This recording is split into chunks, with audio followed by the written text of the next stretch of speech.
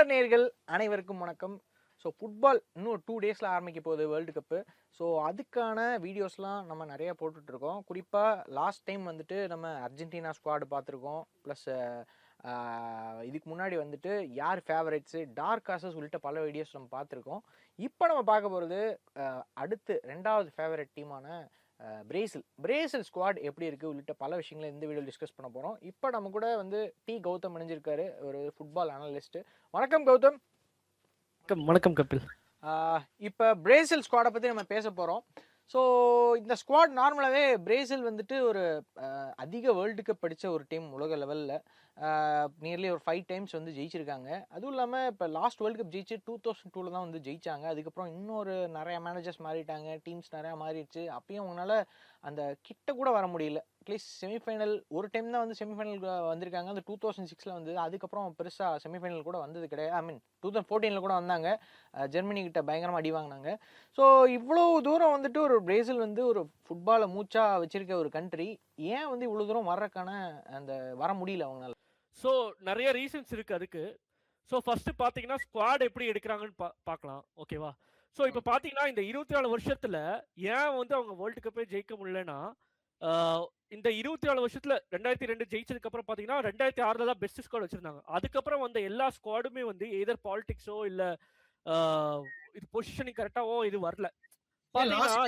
ரொம்ப நல்ல ஸ்குவாட் தான் அது. லாஸ்ட் டைம் ஒரு நல்ல ஸ்குவாட் தான். ஆனா ரெடன் லோடி லெஃப்ட் பேக்ல எடுத்துருப்பாருன்னு நினைச்சோம். ஆனா எடுக்கல. ரெடன் லோடி எடுக்கல. அதுக்கப்புறம் பாத்தீங்கன்னா ரைட் பேக் வந்து 2010ல இருந்து இப்போ வரைக்குமே ஒரு வீக்கான பொசிஷனாவே இருக்கு. கஃபு போனதுக்கு அப்புறம் டானி ஆல்வஸ் இருந்தாரு, இல்ல மைக்கான் இருந்தாங்க. டானி ஆல்வஸ் இருந்தாரு. பட் அந்த டைம் இருக்கும்போது வேற ஒரு பொசிஷன் வீக் ஆயிருச்சு. பட் இப்போ ஒரு 16 இயர்ஸா பாத்தீங்கன்னா ரைட் பேக் ஒரு முக்கியமான வீக்கான பொசிஷன் இருக்கு. என்னன்னா அந்த இடத்துல மற்ற டீம்ஸ்லாம் ஓவர்லோட் பண்ணி எல்லாருமே எக்ஸ்ப்ளாய்ட் பண்ணணும்னு கண்டுபிடிச்சிட்டாங்க பிரேசில் மேல. அது ஒரு மெயின் ரீசனா இருக்கு. அதுக்கப்புறம் பாத்தீங்கன்னா கோச்சஸ் வந்து அப்பாயின்மெண்ட் பண்ணது. போன 2 டைம் பாத்தீங்கன்னா டிட்டே இருந்தாரு, பிரேசிலியன் கோச்சஸே தான். அதுக்கு முன்னாடி பாத்தீங்கன்னா 2002 ஜெயிச்ச கோச் தான் 2014 அப்பாயின்மெண்ட் பண்ணாங்க. 10ல வந்து டுங்கா இருந்தாரு. ஸோ அதுக்கப்புறம் என்னன்னா ஒரு டுங்கா வந்து பழைய வேர்ல்ட் கப் வின்னர். ஸோ ஒரு ப்ரொஃபஷனலான கோச் யார் அப்பாயின்மெண்ட் பண்ணிருக்காங்கன்னா இப்பதான் வந்து ஆன்சலோட்டி. அவர் வந்து பாத்தீங்கன்னா டான் கார்லோன்னு சொல்லுவாங்க. ஏன்னா 5 பெரிய டாப் 5 கண்ட்ரீஸ்லயும் லீக் அடிச்சிருக்காரு. வேற எந்த கோச்சும் அப்படி பண்ணது கிடையாது. யூசிஎல் அடிச்சிருக்காரு. இந்த மாதிரி பல சாதனைகளை இது அப்புறம் 2014 சாம்பியன்ஸ் லீக் தெரியும் அத்லெட்டிகோ கூட எப்படி ஜெயிச்சாங்கன்னு. சோ முக்கியமான பாயிண்ட்டுக்கு வருவோம். எப்படி பிரேசில் டீம் இந்த டைம் ஜெயிக்கிறதுக்கான ஸ்ட்ரென்த் அண்ட் வீக்னஸ் பார்ப்போம். சோ இப்ப பாத்தீங்கன்னா பிரேசில் வந்து நல்ல டீம் எடுத்திருக்காங்க. ஒரே ஒரு மிஸ்டேக் எல்லாத்துக்குமே தெரியும், ஜோவோ பெட்ரோ எடுக்கல. ஆமா, முக்கியமான அந்த இப்ப பிரேசில் ஸ்குவாட் கரண்ட் ஃபார்ம் வச்சு எடுத்திருக்கிறதா? ஏன் ஜோவோ பெட்ரோ எடுக்கலன்னு நீங்க கேட்டீங்கன்னா, எல்லா டீமுமே எப்படியோ ஒரு மெயின் பிளேயர்ஸ் எதனால அந்த கோச் கூட ஒரு ரிலேஷனா இல்ல பர்பஸ்ஃபுல்லா இன்டர்னல் பாலிடிக்ஸ். அப்ப பாத்தீங்கன்னா ஸ்பெயின்ல ரியல் மேட்ரிட் பிளேயர்ஸ் யாரும் எடுக்கல. இங்கிலாந்துல பாத்தீங்கன்னா 2-3 முஸ்லீம் பிளேயர்ஸ் இருக்காங்க. ஜெர்மனி பாத்தீங்கன்னா பையர்ன் முனிச் ஒரு டாம் பிஷாஃப் எடுக்கல. எல்லா கண்ட்ரிலயும் அப்படி இருக்கு. ஆனா அர்ஜென்டினா அப்படி எந்த எனக்கு தெரிஞ்ச பாலிடிக்ஸே பண்ணல. சோ தேர் கண்டினியூ, யாரு திறமையோ அவங்களுக்கு தான் சான்ஸ் தராங்க. ஜோ பெட்ரோ வந்து குவாலிட்டியான ஃபார்வர்ட் பிளேயர், குவாலிட்டியான ஸ்ட்ரைக்கர் தான். இப்ப பாத்தீங்கன்னா செல்சி 5 மேட்சா கோலா போடல. 90+3ல பைசைக்கிள் கிக் அடிச்சு கோல் போட்டாரு. ஓகேவா? ஆனா இது சொல்ல முடியாது எப்படி பர்ஃபார்ம் பண்ணுவாங்க, அண்டர் பிரஷர்ல பண்ணுவாரா இல்லையான்னு தெரியாம எடுக்கல. சோ ஆனா மத்தபடி பாத்தீங்கன்னா எல்லாருமே ஒர்த்தான பிளேயர்ஸ் தான். எடுத்த பிளேயர்ஸ் எல்லாமே ஒர்த்து தான், எதுவுமே சொல்ல முடியாது. பட் பெட்ரோ எடுத்துக்கலாங்கிறது ஒரு இது. அப்புறம் 2-3 பிளேயர்ல இங்க இது மிஸ்ஸிங். எடர் மில்டோ முக்கியமா மிஸ்ஸிங். அப்புறம் ராட்ரிகோ ரியல் மேட்ரிட்ல பெரிய மிஸ்டேக் மிஸ்ஸிங். ஸோ இது 2 தான் பெரிய மிஸ்ஸிங். ஸோ இப்போ பிரேசில் ஸ்குவாடுக்குள்ள போயிடுவோம். பாத்தீங்கன்னா நெய்மார் வந்து ஆஸ் வேர்ல்டு கப் ப்ரோக்ரஸ் ஆகும்போது தான் வருவார். ஃபர்ஸ்ட் 2 மேட்சஸ்ல கொஞ்சம் கம்மியான மேட்சஸ் மினிட்ஸ் தான் விளையாடுவாருன்னு தெரிஞ்சிருச்சு. ஏன்னா இன்ஜுரி பெரிய லெவல்ல பெரிய பெரிய சயின்டிபிக் ரிகவரி எல்லாம் பண்ணிட்டு இருக்காரு. I hope is as fit as quick. அப்படியே வந்தாலுமே நெய்மார் வந்துட்டு ஒரு ஃபுல் மேட்ச் தொடர்ந்து ஆடுவாராங்கிறது சந்தேகம் தானே. மேபி ஒரு 60 மினிட்ஸ் 70 மினிட்ஸ் அந்த லெவல் தான் கண்டிப்பா போவார். ஏன்னா தொடர்ந்து ஸ்டார்ட் பண்ணாலுமே அப்படிதான். பெருசாவே தொடர்ந்து அவருக்கு இன்ஜுரி ஆயிட்டு இருக்கு. இப்ப வேர்ல்டு இப்ப இன்டர்நேஷனல்குள்ளேயே வந்து 2023ல கடைசி மேட்ச் ஆனாரு. 2 வருஷமா இன்ஜுரி. இப்ப திருப்பி வேர்ல்டு கப்ல தான் ஆன்செலோட்டி வந்து எடுத்திருக்காரு. சரி என்னதான் இருந்தாலும் ஒரு ஸ்டார் பிளேயரு, பிரேசிலுக்கு ஒரு முக்கியமான ஒரு பிளே மேக்கர் அவரு. கண்டிப்பா அவர் எடுத்தாகணும்னு சொல்லி தான் கார்லஸ் ஆன்செலோட்டியும் வந்து எடுத்தாங்க. நிறைய பிரேசிலின் மக்களே வந்து எதிர்பார்த்துட்டு இருந்தாங்க நெய்மார் கண்டிப்பா வருவாருன்னு. ஸோ அது கொஞ்சம் எமோஷனலா தான் இருந்தது. பட் ஆனா இந்த வேர்ல்டு கப்ல அவருக்கு வயசும் 34 ஆகி போச்சு. அந்த இம்பாக்ட் அவர் கிரியேட் பண்ண முடியுமா? இப்ப வேர்ல்டு கப்ல என்ன ஒரு முக்கியமான விஷயம்னா இன்டர்நேஷனல் நிறைய மேட்சஸ் ஆடல.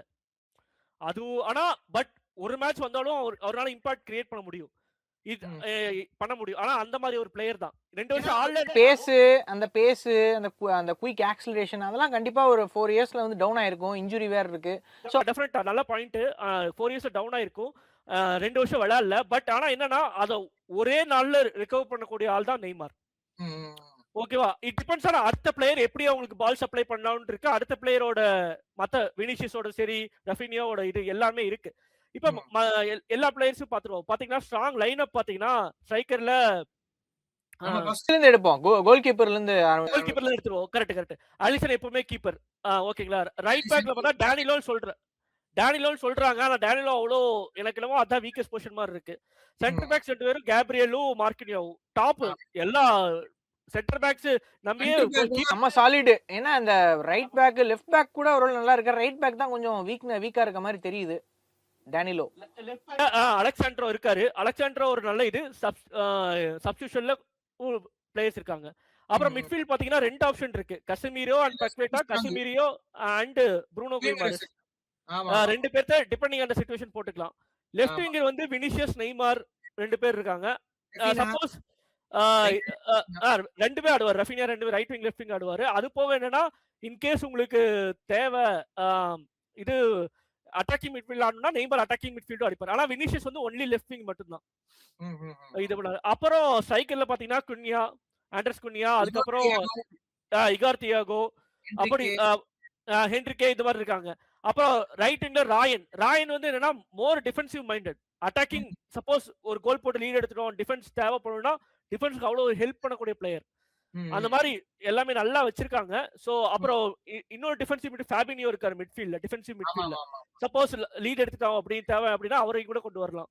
சோ எல்லாமே மல்டி டேலண்டடா நல்லா இருக்கு. பட் ஆன்செலோட்டி சரியான டாக்டிஷியன் தான். ஏகப்பட்ட மேட்ச்ல கடைசி மினிட்ல ஜெயிச்சு கூட வந்திருக்காரு. சோ அந்த சர்ப்ரைஸ் அட்டாக்கிங் மிட்ஃபீல்டரா பக்கெட்டா லாஸ்ட் டைம் ரொம்ப நல்லா ஆடினாரு வேர்ல்ட் கப்லயும். வேர்ல்ட் கப்ல பக்கெட்டோட பெர்ஃபார்மன்ஸ் வேற. பட் சின்ஸ் பெனால்டில தோத்தனால அவரோட இம்பாக்டே தெரியாம போயிடுச்சு. அந்த மேட்ச் அசிஸ்ட் பண்ணது பக்கெட்டா தான். அந்த த்ரூ பால்ல சரியான பாஸ். செம கோல் அது நெய்மார் அடிச்சது.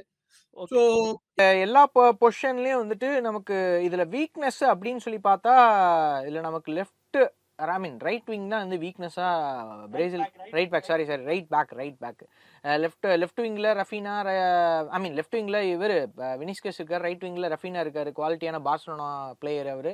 ஸோ இந்த மாதிரி இருக்கும்போது இப்ப இதுல வந்துட்டு வீக்னஸ்ங்கும் போது குறிப்பா நம்ம ரைட் பேக் மட்டும் தான் சொல்ல முடியுமா இல்ல வேற ஏதாவது வீக்னஸ் இருக்கு? இல்ல நிறைய ஃபேக்டர்ஸ் வருது உள்ள. என்னன்னா இது குவாலிஃபைங்ல அவ்வளோக்கா பண்ணல. குவாலிஃபைங்ல பாத்தீங்கன்னா இந்த அளவுக்கு இவ்வளவு வருஷம் குவாலிஃபைங்லயே இந்த அளவுக்கு மோசமா தோத்ததே கிடையாது. ஆனா அது ஒரு இன்டைரக்ட் ஃபேக்டர் தான். பட் மேபி அத வந்து அந்த மேட்சஸோட இது வந்து ஆப்போனன்ட் கோச்சஸ் ஏதாச்சும் டாக்டிக்கலா கண்டுபிடிச்சாங்கன்னா மேபி பிரேசில் ஹர்ட் பண்ணலாம். ஒண்ணு 4-1 தோத்திருக்காங்க. நிறைய மேட்சஸ் வந்துட்டு ஒரு கொஞ்சம் இவங்களோட கீழ இருக்க டீம்ஸ் கூட எல்லாம் தோத்திருக்காங்க. தோத்திருக்காங்க. இன்னொரு ஃபேக்டர் என்னன்னா எல்லா மேட்சும் இது குவார்டர் ஃபைனல்லயோ செமிஃபைனல்லயோ தோத்தது வந்து பாத்தீங்கன்னா எல்லாமே யூரோப்பியன் ஆப்போனன்ட்ஸ். யூரோப்பியன் ஆப்போனன்ட்ஸ் வரும்போது கொஞ்சம் ஸ்ட்ரகிள் ஆகுறாங்க. ரீசன் என்னன்னு பார்த்தோம்னா அவங்களோட கோச்சிங் கெப்பாசிட்டி ரொம்ப ஜாஸ்தி. கோச்சிங்கோட எல்லா டாக்டிஷியன் எல்லாமே ஜாஸ்தி ஆகுது. அது போக பிளேயர்ஸோட லெவலும் ஜாஸ்தியா இருக்கு. என்ன ஆகும்னா யூரோப் வந்து இப்ப ஜெர்மனினா மோஸ்ட் ப்ராபபிலி ஜெர்மனிலயும் யூரோப்ல தான் மேட்சஸ் பிளேயர்ஸ் எடுத்துட்டு வருவாங்க. ஆனா பிரேசில் அப்படி கிடையாது. யூரோப்லயும் பிரேசில்லயும் அதர் சவுத் அமெரிக்கன்லயும் கொஞ்சம் பிளேயர்ஸ் எடுத்துட்டு வருவாங்க. சோ அந்த டிஃபரன்ஸ் கொஞ்சம் கிரியேட் பண்ணுது. எனக்கு இந்த இடத்துல வந்து கார்லஸ் ஆன்செலோட்டி ரொம்ப ஹெல்ப்ஃபுல்லா இருப்பாருன்னு நான் நினைக்கிறேன். ஏன்னா அவரு யூரோப்பியன் கிளப்ஸ் நிறைய 5 விதமான லீக்ஸ்ல வந்து டைட்டில் அடிச்சிருக்காரு. அப்புறம் வந்து லீக் கப்ஸ் ஏகப்பட்ட ஜெயிச்சிருக்காரு. அப்புறம் யூசிஎல் வந்து 5 ஜெயிச்சிருக்காரு. அவர் குறிப்பா வந்து இந்த பெரிய பெரிய பிளேயர், ஸ்டார் ஸ்டார்டட் பிளேயர்ஸ் எல்லாம் எப்படி அவருக்கு ஹேண்டில் பண்ணுங்கிறது அவருக்கு நல்லா தெரியும். அதனால எப்படி யூரோப்பியன் கிளப்ஸ் கிட்டலாம் வந்து இந்த டைம் வந்து எஸ்கேப் ஆயிருவாங்கன்னு நான் நம்புறேன். ஏன்னா பிரேசில் இந்த டைம் நல்ல டாக்டிஷியனான ஒரு மைண்ட் செட் அவரோடது. ஸோ அவர் வந்து கண்டிப்பா பிரேசில்ல ஏன்னா இப்போ ரீசெண்டாக கார்லோஸ் ஆன்செலோட்டி முன்னாடி வரைக்குமே வந்து பிரேசிலியன் கோச்சஸ் தான் அதிகம் இருந்தாங்க. ஏன்னா அவங்களுமே வந்துட்டு தோத்து நம்ம ஏதாவது புதுசாக ட்ரை பண்ணுங்கிறக்க தான் கார்லோஸ் ஆன்செலோட்டி ஒரு இட்டாலியன் கோச்சை வந்து போட்டிருக்காங்க. ஸோ கண்டிப்பா இந்த வேர்ல்டு கப்ல ஒரு மாற்றம் இருக்கும்னு நினைக்கிறேன் பிரேசிலுக்கு, நான் எதிர்பார்த்த வரைக்கும். ஓகே, நீங்க சொன்ன முக்கியமான பாயிண்ட் இதுதான். ஸோ எதிர்பார்ப்போம். ஏன்னா இன்னொரு சப்போர்ட்டிங் கேரக்டர் என்ன, கிளைமேட் சூட் ஆகுது. பட் மோர் பிளேயர்ஸ் வந்து யூரோப்ல இருந்து வர்றாங்க. ஸோ அதனுடைய அவுட்கம் எப்படின்னு கொஞ்சம் டோர்னமெண்ட் போக போக தெரியும். லீக் ஸ்டேஜஸ் ஒண்ணுமே கிடையாது. ஹைட்டி, மொரோக்கோ கஷ்டம். ஃபர்ஸ்ட் மேட்ச் கொஞ்சம் கஷ்டமா இருக்க போகுது. அதுக்கப்புறம் ஸ்காட்லாந்து டச் அண்ட் கோ தான். அவங்க திடீர்னு பெர்ஃபார்ம் பண்ணுவாங்க, திடீர்னு பண்ண மாட்டாங்க. அன்எக்ஸ்பெக்டட். ஹைட்டி ஈஸியா உங்களுக்கு கொஞ்சம் டஃப்பான ஆப்போனன்ட் குரூப்ல. மொரோக்கோ. அதுக்கப்புறம் ரவுண்ட் ஆஃப் 32 16ல எப்படி ப்ரோக்ரஸ் ஆகுறதுன்னு பார்க்கணும். அப்புறம் ஸ்குவாட் ரொட்டேஷன் தான். 8 மேட்ச் இருக்கு. சரி ஆன்செலோட்டி. ஆனா ஸ்டார்டிங்லயே வந்து பெரிய டீம் சப்போஸ் ரவுண்ட் ஆஃப் 16லயோ 32லயோ மீட் பண்ணது கொஞ்சம் இதாகும். ஏன்னா டீமை செட் பண்றதுக்குன்னு ஒரு டைம் இருக்கு. நெய்மாரை எப்படி செட் பண்றது அப்படின்னு. ஸோ லேட்டர் ஆஃப் த பீரியட்ல குவார்டர் ஃபைனல்லையோ செமிஃபைனல்லையோ ஃபைனல்லையோ எப்படியும் 2 பெரிய டீம் ஜெயிச்சே தான் ஆகணும். வேர்ல்டு கப் ஆடினார்னா எந்த பொசிஷன்ல ஆடுவார்? மேபி அவர் அட்டாக்கிங் மிட்ஃபீல்டரா தானே ஆட முடியும். நெய்மார் நல்ல பாயிண்ட் இது. என்னன்னா இப்ப என்ன போன வேர்ல்டு கப்லயே அது ப்ராப்ளம். வினிசியஸ் ஆட வைக்கிறதா இல்ல நெய்மார் ஆட வைக்கிறதாலே ஒரு ப்ராப்ளமா இருந்துச்சு. இப்ப அதனால என்ன பண்றாங்கன்னா ஃபார்மேஷன் மாத்திக்கலாம். 4-1-4-1 கசிமிரோவை மட்டும் வச்சுட்டு அப்படியும் பண்ணலாம். இல்ல நெய்மார் வந்து அட்டாக்கிங் மிட்ஃபீல்டரா ஆடணும் வித் மோர் கான்சென்ட்ரேஷன் அந்த லெஃப்ட்ல கான்சென்ட்ரேட் பண்ணிட்டு ரைட்ல இன்னொரு டிஃபென்சிவ் மிட்ஃபீல்டர் மேல கொண்டு வந்து கூட ஆடலாம். அப்படியும் ட்ரை பண்ணலாம், இது பண்ணலாம். அதை எப்படி அட்ஜஸ்ட் பண்ண போறாங்கிறத டோர்னமெண்ட்ல பார்த்தா தெரியும். ஓகே, இப்போ பிரேசிலோட பெரிய ஸ்ட்ரென்த் என்னவா இருக்க போகுது? அவங்க பிளே ஸ்டைல் வந்துட்டு எப்படி இருக்க போகுது? பிளே ஸ்டைல்ல வந்து பாத்தீங்கன்னா மோஸ்ட் ப்ராபப்லி பாசிங் வந்து யூரோப்பியன் மாதிரி இருக்காது. கவுண்டர் அட்டாக் ஒன்று, அப்புறம் ஜோகோ மொயிட்டோ. ஜோகோனா அவங்களோட பிரசிலியன் ஃபிளார் இருக்கு, ஜோகோ மொயிட்டான்னு சொல்லுவாங்க. நெய்மாரோட ஸ்கில்ஸ், ரஃபினியோட ஸ்கில்ஸ், வினிசியஸ் ஜூனியர்ஸோட ஸ்கில்ஸ், அப்புறம் நிறைய த்ரூ பால்ஸ் இருக்க போகுது. லாங் த்ரூ பால்ஸ் இருக்க போகுது. ஏர் பால் போடுற விட கிரவுண்ட்லயே த்ரூ பால்ஸ் போடுற ஆளுக்கு 3 மிட்ஃபீல்டர்ஸ் அப்படிதான் இருக்காங்க. கசிமிரோ பொசிஷன் ஹோல்ட் பண்ணக்கூடியாரு. பக்கெட்டாவும் ப்ரூனோ குயிமாரஸும் வந்து த்ரூ பாஸ் போடக்கூடிய ஆளுங்க. அதுக்கப்புறம் சைக்கஸ் வந்து கீழே வந்து கெயின் மாதிரி இறங்க மாட்டாங்க.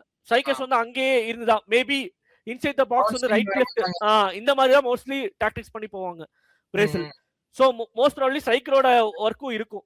ஸோ சைக்கஸ் ஃபினிஷ் பண்ணாங்கன்னா நல்ல டஃப்பான ஃபினிஷ் அந்த ஸ்டேஜஸ்ல கொண்டு போயிட்டாங்கன்னா பிரேசில் கையில. அப்புறம் ஈஸியான ஃபினிஷ்லாம் மிஸ் பண்ணிட்டு பொசிஷனிங்ல தப்பா பண்ணாங்கன்னா ஹோல் டீம் பின்னாடி ஆடுறவங்களுக்கு டஃபா கூட இருக்கிறதுக்கு வாய்ப்பு இருக்கு. நல்ல ஸ்பீடா பிரான்ஸ் மாதிரி டீம், ஸ்பீடான டீம் அப்படின்னா சப்போஸ் முக்கியமான இடத்துல மிஸ் பண்ணீங்கன்னா டிஃபென்ஸ்ல மேல ஏறி நிப்பாங்க. டக்குன்னு அவங்க ஃபாஸ்டா கவுண்டர் அட்டாக் பண்ணும்போது கோல் கன்சீட் பண்றதுக்கு வாய்ப்பு இருக்கு. ஏன்னா அவங்க சென்டர் பேக் செம ஸ்ட்ராங்கா இருக்கு. இப்ப நம்ம ட்ரெடிஷனலாவே வந்து டிஃபென்ஸ்ல வந்து இவங்களோட சென்டர் பேக் பயங்கர ஸ்ட்ராங்கா. தியாகோ சில்வா ஆடினார் இதுக்கு முன்னாடி. அதுக்கு முன்னாடியும் நிறைய பேர் வந்து இருந்திருக்காங்க. அது நிறைய பேர் இருந்திருக்காங்க. பட் இந்த இப்போ பிரான்ஸ் மாதிரி ஒரு விங்கில் வந்துட்டு ஒரு பறக்கிற மாதிரி ஆளு டெம்பேலே, இங்கே வந்து எம்பாப்பே எல்லாம் இருக்கும்போது அந்த மாதிரி டீம் கூட கண்டிப்பா ஸ்ட்ரகிள் ஆவாங்களோன்னு எனக்கு தோணுது. அப்ப என்னன்னா இப்ப முக்கியமான ஸ்ட்ரென்த் எப்படி பாத்தீங்கன்னா மார்க்கினியாக்கும் கேப்ரியல்ஸ்னா ஹெட்டிங் நல்ல ஸ்ட்ரென்த். வர பால்லாம் ஹெட்டிங் 2 ஆப்போனன்ட் கூட ஜெயிச்சிருவாங்க. ஒன்னு. ரெண்டாவது என்ன கிளியரன்ஸ், அதுக்கப்புறம் இன்டர்செப்ஷன் இதெல்லாம் வச்சிருக்காங்க. ஆனா சப்போஸ் அவங்க பிரேசில் பால் இருக்கும்போது இவங்க அப் த ஃபீல்ட் ஆஃப் லைன் கிட்ட நிப்பாங்க. சப்போஸ் எடுத்தது கீழே ஓடும் போது அவங்க பேஸ் என்னங்கிறது இப்ப முக்கியமான இது வரும். போன வேர்ல்டு கப் குரோஷியா மேல அந்த கோல் கன்சிடர் பண்ணதுதான். தியாகோ சில்வா வந்து 90 மினிட்ஸ்க்கு ஒர்த்து. ஆனா 90 தாண்டி போகும்போது ரொம்ப கஷ்டம் இல்லையா? சோ இறங்கும் போது வந்து ஸ்லோவா இறங்குவாரு. ஃபர்ஸ்ட் ஸ்டார்டிங்ல இறங்குவாரு. பட் சோ அந்த டைம்ல வந்து கொஞ்சம் மாத்தணும். அது போகவும் 2-3 சென்டர் பேக்ஸ் வச்சிருக்காங்க. தேவைப்படும் போது மாத்திக்கலாம். 105 110 போயிடுச்சுன்னா ஒரு சென்டர் பேக் மாத்திக்கிறது நல்லது. ஏன்னா சப்போஸ் ஃபாஸ்டா இறங்கணும் அப்படிங்கிற இதுல ஒரு சென்டர் பேக் மாத்திக்கிறது நல்லது. இப்ப பிரேசில் வந்துட்டு எவ்வளவு தூரம் போவாங்க டீப்பா இந்த டோர்னமெண்ட்ல நினைக்கிறீங்க? என்ன பொறுத்த வரைக்கும் பிரேசில் மேபி ஒரு செமிஃபைனல், குவார்டர் ஃபைனல் வரைக்கும் வருவாங்கன்னு நான் எதிர்பார்க்கறேன். பட் கப் அடிப்பாங்களான்றது அவங்க பெர்ஃபார்மன்ஸ் பொறுத்து தான் இருக்கு. இனிஷியல் மேட்சஸ்ல எப்படி ஆடுவாங்கன்ட்டு. இப்ப இது போர்ச்சுகலும் இதுவும் அர்ஜென்டினா மாதிரி தான். நெய்மாருக்காக ஆடணும் ஒன்னு. ரெண்டாவது வந்து பாத்தீங்கன்னா தே ஹாவ் டு ரீச் ஃபைனல்ல போயிட்டாங்கன்னா பிரேசில் ஜெயிக்க முடியாது. ஏன்னா இது என்னன்னா ஃபைனல் போயிட்டாங்கன்னா அவங்க இது வரைக்கும் பார்த்தீங்கன்னா 2 தான் தோத்துருக்காங்க. ஒன்று 98 1950லையும். அதெல்லாம் ஹிஸ்ட்ரி. இது ஃபைனல் போயிட்டாங்கன்னா அவங்க அவ்வளோதான் இது பண்ணிடுவாங்க. ஸோ முன்னாடியே மற்ற டீம்ஸ் எப்போ ஸ்டாப் பண்ணணும்னு நினைக்கிறேன் குவார்டரோ செமியோ அந்த மாதிரி தான். ரவுண்ட் ஆஃப் 16 32 ஈஸியாக பாஸ் ஆயிடுவாங்க அக்கார்டிங் டு த ஃபிக்சர்ஸ் எல்லாமே. ஸோ குவார்டரோ செமியும் கொஞ்சம் இருக்கும். ஃபைனலாக போயிட்டாங்கன்னா மோஸ்ட் ப்ராபப்லி டிஃபிகல்ட் தான். அன்டில் அன்எக்ஸ்பெக்டடாக ஏதாச்சும் நடந்தாலோ அன்எக்ஸ்பெக்டட் டாக்டிக்ஸ் யாருமே யோசிக்காத விஷயம் அந்த மாதிரி ஏதாவது தான் ஃபைனல் தோப்பாங்க. மோஸ்ட் ப்ராபப்லி நீங்க சொன்ன மாதிரி செமிஃபைனல் வாய்ப்பு இருக்கு. சரி, இப்ப ஒரே ஒரு பிளேயர் டு வாட்ச் அவுட் அப்படின்னா பிரேசில்ல கண்டிப்பா யார் இருப்பா? பிரேசில்ல கண்டிப்பா இதுனா நெய்மார் விளையாடுறத பொறுத்து இருக்கு. நான் கொஞ்சம் சைட்ல இது பண்ணிக்கிறேன். ரஃபினியா சொல்லலாம். Raphinha or Vinicius. Raphinha or Vinicius தான் முக்கியமான ரோல் பிளே பண்ண போறாங்க கோல் ஸ்கோரிங்ல எல்லாமே. இதுல எல்லாம் அட்டாக் இதுல நம்ம எல்லா டிபார்ட்மெண்ட்டும் எடுக்கணும். பட் ஏன்னா அவங்க ஸ்கோர் பண்ணிட்டாங்கன்னா எப்படியும் நிறுத்திடுவாங்க கன்சிட் பண்ணாம. என்னை பொறுத்த வரைக்கும் நான் ஆலிசன் தான் சொல்றேன். ஏன்னா அவர் ரொம்ப ஒரு கீ ஸ்டாப்பரா இருப்பாரு. முக்கியமான டைத்துல கிரன்ச் டைம்ல எல்லாம் அவர் கொஞ்சம் பிரேசிலை காப்பாத்து வரும்னு எதிர்பார்க்கிறேன். எனக்கு வேலையே இருக்காதுன்னு தோணுது. ஏன்னா இவங்களே எல்லாமே கிளியர் பண்ணி எல்லாமே முடிச்சிருவாங்க. அந்த கரெக்டான பொசிஷன்ல கார்னர்ல ஃப்ரீ கிக்ல இனிஷியல் ஸ்டேஜ்ல ஓகே பட் போ கரெக்டா இருக்கும். அது ஒண்ணு. ரெண்டாவது ஒண்ணு என்னன்னா கார்னர் கிக்ஸ்ல ஆனா ஹைட் இருக்கு ஹேண்டில் பண்ணிடுவாரு ஒண்ணு. அப்புறம் ஃப்ரீ கிக் சிச்சுவேஷன் கவுண்டர் அட்டாக்ல வந்து முன்னாடி வந்து கிளியர் பண்றதும் பால ஹேண்டில் பண்றதும் கரெக்டா பண்ணிட்டாருன்னா அலிசனோட மோஸ்ட் ஆஃப் த ஒர்க். அது போக பிரேசிலுக்குன்னு ஒரு 26 வருஷமா ஒரே பெரிய ஆபத்து என்னன்னா டிஃப்ளெக்ஷனும் both the players going for same ball. ஓகேவா? 2010 வேர்ல்டு கப்லயும் சரி 14 வேர்ல்டு கப் 18 வேர்ல்டு கப்லயும் சரி பாத்தீங்கன்னா ஒரே பாலுக்கு 2 பேர் கம்யூனிகேஷன் இல்லாம போயிடுவாங்க. ஸோ யார் ஹெட் பண்றது அப்படிங்கிற ஒரு ப்ராப்ளம் வந்திருக்கு. ரெண்டாவது வந்து என்னன்னா அதுக்கப்புறம் பாத்தீங்கன்னா இந்த கார்னர்ல செட் பீஸ்ல எல்லாம் கொஞ்சம் மிஸ்கம்யூனிகேஷன் ஆகுது. இதை ரெண்டும் அவங்க ஹையா ரொம்ப இது பண்ணி அவாய்ட் பண்ணணும். 2010ல வெஸ்லி சஞ்சர் அடிச்ச ஷாட் யூலியஸ் சீசர் மிஸ் பண்ணது. அப்புறம் 2018ல ஓன் கோல் இது பெர்னாண்டினோ ஓன் கோல் பெல்ஜியம் மேல 2 பேரும் சேம் பாலுக்கு போறது. ஸோ அதை முக்கியமா அவாய்ட் பண்ணும். இத்தனை வருஷமா நடந்துட்டு இருக்கு என்ன அப்படின்னு பார்த்து அது இது பண்ணும். ஆனா இந்த டைம் ரெண்டுமே நல்ல சென்டர் பேக்ஸ். ஸோ கம்யூனிகேஷன் பண்ணுவாங்கன்னு நினைக்கிறேன். சரி பார்ப்போம் பிரேசிலோட பெர்ஃபார்மன்ஸ் எப்படி இருக்குன்னு பார்த்தா நமக்கு புரியும். ஸோ இதே மாதிரி ஒரு நல்ல ஸ்குவாடை நெக்ஸ்ட் டைம் நம்ம அடுத்த டீமை வந்து ரிவ்யூ பண்ணலாம். இதே ஒரு வீடியோ நெக்ஸ்ட் டைம் சந்திப்போம். until then bye from Kapil Murugesh, T Gautham.